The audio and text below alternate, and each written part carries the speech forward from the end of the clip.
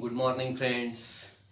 आज आपण ऑसोलेशनचा नवीन व्हिडिओ घेऊन आलेला आहे, व्हिडिओ नंबर 9. पण हा व्हिडिओ बघायच्या अगोदर तुम्ही व्हिडिओ नंबर 8 बघा. ओके, तरच हा तुम्हाला समजेल, काय जाईल सोपा जाईल. ठीक आहे. माय नेम इज धनंजय सस्ते. आज आपण जो पॉईंट बघणार आहे अतिशय सोपा आहे. Phase in SHM. रिडिंग लावतोय मी, बघा. Phase in SHM. आता फेज इन SHM म्हणजे काय? तर बघा, phase in SHM he physical quantity. ठीक आहे, फिजिकल क्वांटिटी बघा, किंवा which describe phase in SHM which describes the state of oscillations, the state of oscillations of a particle performing simple harmonic motions. आता state of oscillations means बघा, state of oscillations means it gives the displacement of a particle ची displacement दाखवते. State of oscillations, it gives the displacement of particle performing simple harmonic motions from its mean positions. Okay, काय समजलं? काय समजलं नाही? Don't वरी, तुम्हाला व्यवस्थित मी समजून सांगतो. बघा, फेज इन SHM म्हणजे काय? तर phase in SHM he physical quantity. आपल्याला कशाला लागणार आहे ते आपण थोड्या वेळाने बघणार आहे. फेज इन SHM ची गरज काय? Why necessary phase in SHM? Okay, the physical quantity येते. फिजिकल क्वांटिटी म्हणजे फेज इन SHM काय रिप्रेझेंट करते? The state of oscillations. Okay, आणि स्टेट ऑफ ऑसिलेशन्स म्हणजे काय? It gives a displacement. State of ऑसिलेशनचं मिनिंग काय बघा, displacement of particle performing SHM. Displacement म्हणजे काय? तर त्या पार्टिकलची मॅग्निट्यूड किती, मॅग्निट्यूड अँड डायरेक्शन. ओके, आणि अजून आपल्याला काय बघायचं? जर particle simple harmonic motion perform करत असेल तर आपल्याला ह्या गोष्टी बघायच्या, मॅग्निट्यूड अँड डायरेक्शन. कोणाची? तर डिस्प्लेसमेंटची. तसेच आपल्याला अजून काय बघायचंय? तर त्या पार्टिकलची व्हेलॉसिटी किती. ओके, आणि नंबर ऑफ ऑसिलेशन्स त्या पार्टिकलने किती परफॉर्म केले. Number of oscillations perform by particles. ह्या तीन गोष्टी आपल्याला या गोष्टींचा विचार करायचा आहे. मॅग्निट्यूड अँड डायरेक्शन डिस्प्लेसमेंटची त्या पार्टिकलची, नंतर व्हेलॉसिटी आणि number of oscillations. For example एक तुम्हाला मी सांगतो, बघा. समजा एक्स्ट्रीम पोझिशन आहे. एक्स्ट्रीम पोझिशन ही मीन पोझिशन आहे. Okay, 1 2 3 4 and 5.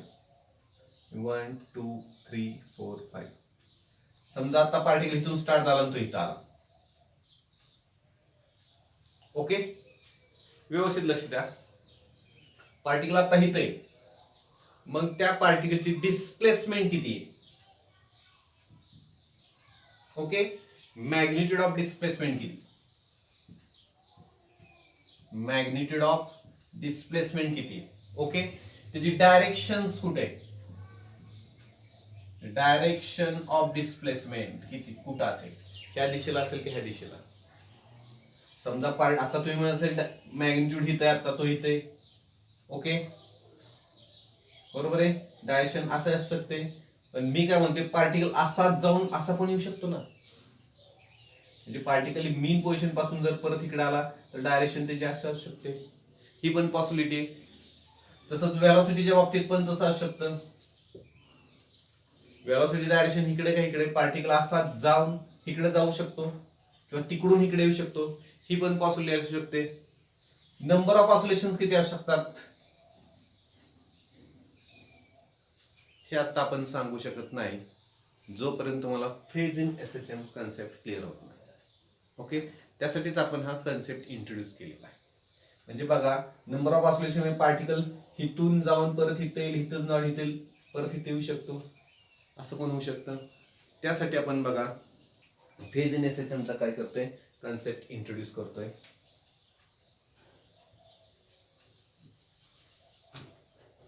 हेच डायग्राम मी अशी काढतो.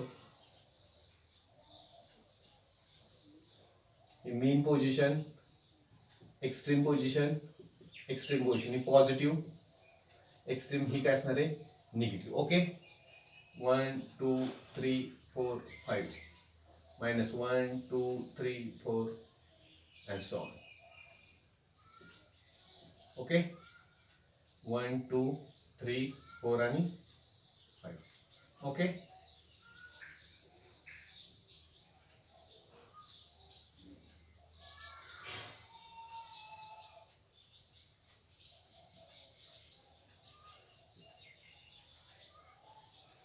व्हिडिओ नंबर 8 जर तुम्ही बघितला असेल तर त्यात आपण एक पॉइंट बघितला होता,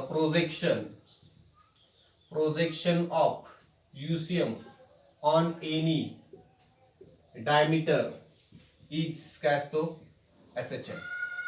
ओके, बघा आता इथं E हा O F G H. Okay, आपण ही रेफरन्स लाईन म्हटली त्यावेळेस त्या पॉइंट शिकताना. ओके, समजा रॉड होता, रॉड जर OE इथं असेल तर त्याची अँग्युलर पोझिशन काय होती, OE ची अँग्युलर पोझिशन काय होती 0 डिग्री. ओके, नंतर OF च्या इथे काय होती, OF च्या इथे काय होती 90 डिग्री. नंतर OG च्या इथे काय होती 180 डिग्री. परत OH च्या इथे काय होती 270 डिग्री. आणि लास्ट अगेन OE ही किती 360 डिग्री, नॉट 0. ओके, तर समजा आपला पार्टिकल आता तो इथं असेल, आपला पार्टिकल इथे. ओके, ही मीन पोझिशन आहे, एक्स्ट्रीम पोझिशन, एक्स्ट्रीम पोझिशन. ही मीन, ही निगेटिव्ह एक्स्ट्रीम, ही पॉझिटिव्ह एक्स्ट्रीम्स.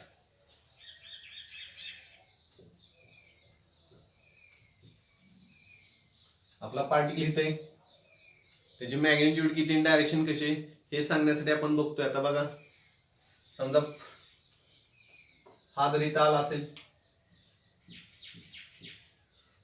बघा आपला रॉड जर समजा इथं आला असेल,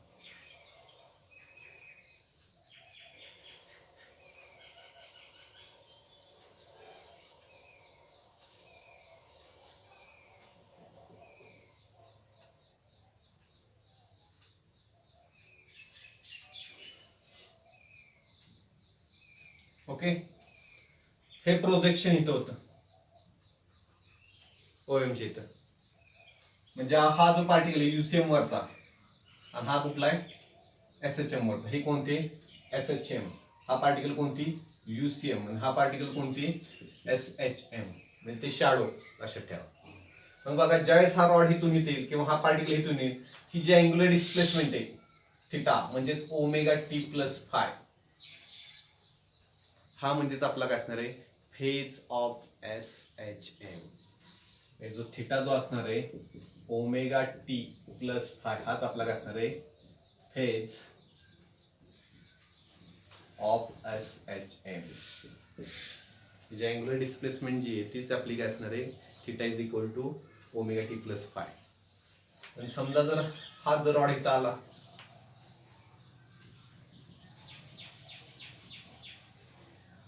ओके, तर अँग्युलर डिस्प्लेसमेंट काय होणार आहे बघा,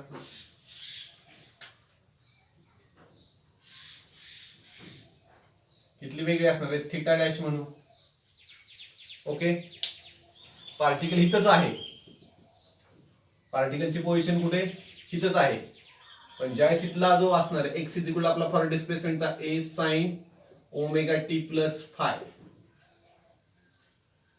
ह्या सिच्युएशनला डिस्प्लेसमेंट, आणि ज्यावेळेस तो इथे येईल त्या सिच्युएशनला ω/T+φ, ह्याच्यावरून आपल्याला डिस्प्लेसमेंट किती झाले असणार आहे ते कळणार आहे. कोणामुळं, हा फेज ऑफ SHM.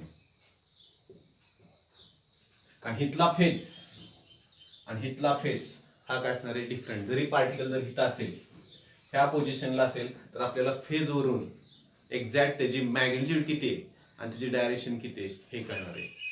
तसंच वेलॉसिटीच्या बाबतीत पण काय करणार आपल्याला त्याच्यावरून कळणार आहे. ओके, समजलं. Theta is equal to omega t plus pi, त्याला फेज ऑफ एसएचएम किंवा त्याला काय म्हणतात फेज अँगल सुद्धा म्हणतात. ह्याच्यावरूनच आपल्याला सगळ्या आयडिया कळणार आहेत, क्लिअर होणार आहेत. त्या डिस्प्लेसमेंटची मॅग्निट्यूड किती आहे, जर पार्टिकल इथं असेल तर आपल्याला फेज सांगणार आहे, फेज ऑफ एसएचएम मॅग्निट्यूड किती आणि डायरेक्शन. तसंच वेलॉसिटीच्या बाबतीत पण. आणि नंबर ऑफ असो, समजा हा जर पार्टिकल इथून स्टार्ट झाला, बघा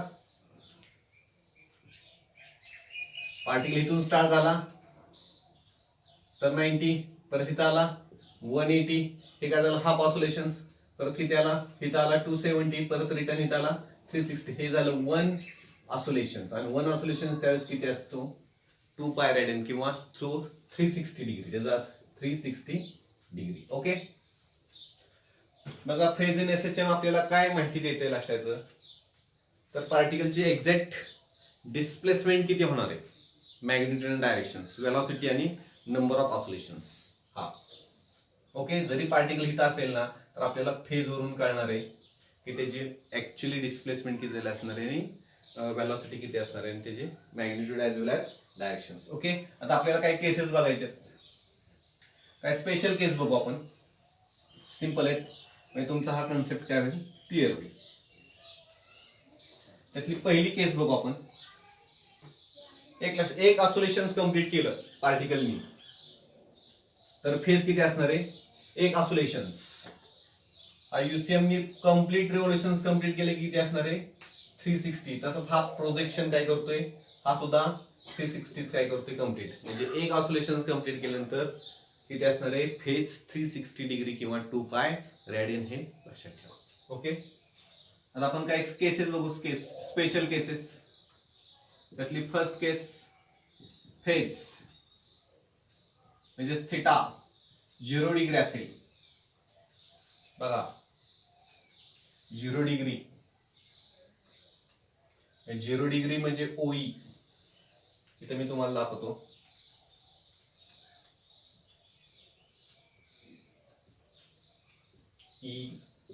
EFGH हा ओई. ही कोणती मीन पोझिशन, ही कोणती एक्स्ट्रीम पॉझिटिव्ह, ही कोणती असणार आहे निगेटिव्ह. इथे किती असतो 90 डिग्री, इथे किती असतो 180 डिग्री, इथे 270 डिग्री आणि हा 360 डिग्री. ऑलरेडी इथे लिहिलेले आहे. तरी पण बघा जर 0 डिग्री असेल, आज 0 काय इंडिकेट्स करतोय, indicates the particle is at, कुठे इज ॲट मीन पोझिशनला आहे. म्हणजे 0 जर फेज जर 0 असेल, बरोबर आहे, फेज 0 कुठे तर ओई इथे, ओईच्या इथे. मग काय इंडिकेट्स करतोय, तर पार्टिकल इज ॲट कुठे असणार आहे मीन पोझिशन. आणि ड्युरिंग द फर्स्ट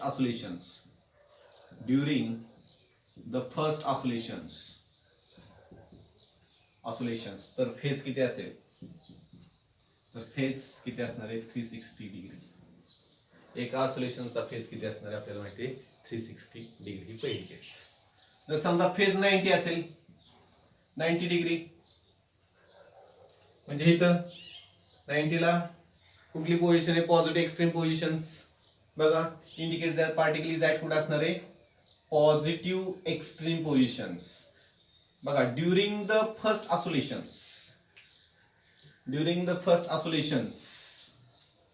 आणि फॉर द सेकंड ऑसिलेशन साठी काय असणार आहे, for second oscillations will B phase काय असणार आहे. आता मला सांगा फर्स्ट ऑसिलेशन नंतर काय तर सेकंड ऑसिलेशन्स. मग फर्स्ट ऑसिलेशन म्हटलं किती 360 डिग्री आणि प्लस कुठून हा π/2 किंवा 90 डिग्री हा फेज असणार. ओके, किंवा तुम्ही तर 90 डिग्री म्हटलं तरी चालेल. ओके, म्हणजे एक ऑसिलेशन्स कंप्लीट करून तो काय होणार आहे इथून. आता थर्ड केस 180 डिग्री असल्यानंतर काय असणार, 180 कुठे इथे 180 इथे येणार तो 180 म्हणजे मीन पोझिशनला आहे आणि तो कुठे चाललेला आहे निगेटिव्ह एक्स्ट्रीम पोझिशन कडे तो पार्टिकल मूव्ह होतोय. बघा 180 degree indicate that the particle is at कुठं असणार आहे, ॲट मीन पोझिशन. आणि कुठं मूव्ह होतोय, moving negative extreme positions during the first oscillations. पहिल्या ऑसिलेशन नंतर काय होईल, फॉर द सेकंड ऑसिलेशन किंवा similar second oscillations will be किती असणार आहे, फर्स्ट ऑसिलेशन किती असतो 360 डिग्री आणि प्लस काय करायचा 180 डिग्री. सिंपल आहे, इझी आहे. एक ऑसिलेशन नंतर सेकंड ऑसिलेशन, एक ऑसिलेशन लक्षात 360. आता थर्ड किंवा फोर्थ 270 डिग्री, 270 डिग्री इथे असणारे negative extreme positions indicates that the particle is at कुठं असणार आहे, negative extreme position during the first oscillations. Okay. आणि for the second oscillations will be किती असणार आहे 270 डिग्री. हे सिंपल आहे लक्षात. फेज इन एसएचएम फक्त लक्षात आपल्याला एक्झॅक्ट पार्टिकलची डिस्प्लेसमेंट ची मॅग्निट्यूड अँड डायरेक्शन किती, वेलोसिटी आणि त्यांनी नंबर ऑफ ऑसिलेशन्स किती परफॉर्म केली आहेत ते लक्षात. पार्टिकलनी नंबर ऑफ ऑसिलेशन्स. ओके. हा दाखवणार आहे. समजा हा जर इथून जर स्टार्ट झाला तर हे एक ऑसिलेशन, हे 2, हा दाखवतो number of oscillation phase in SHM. Okay. Pause करून ला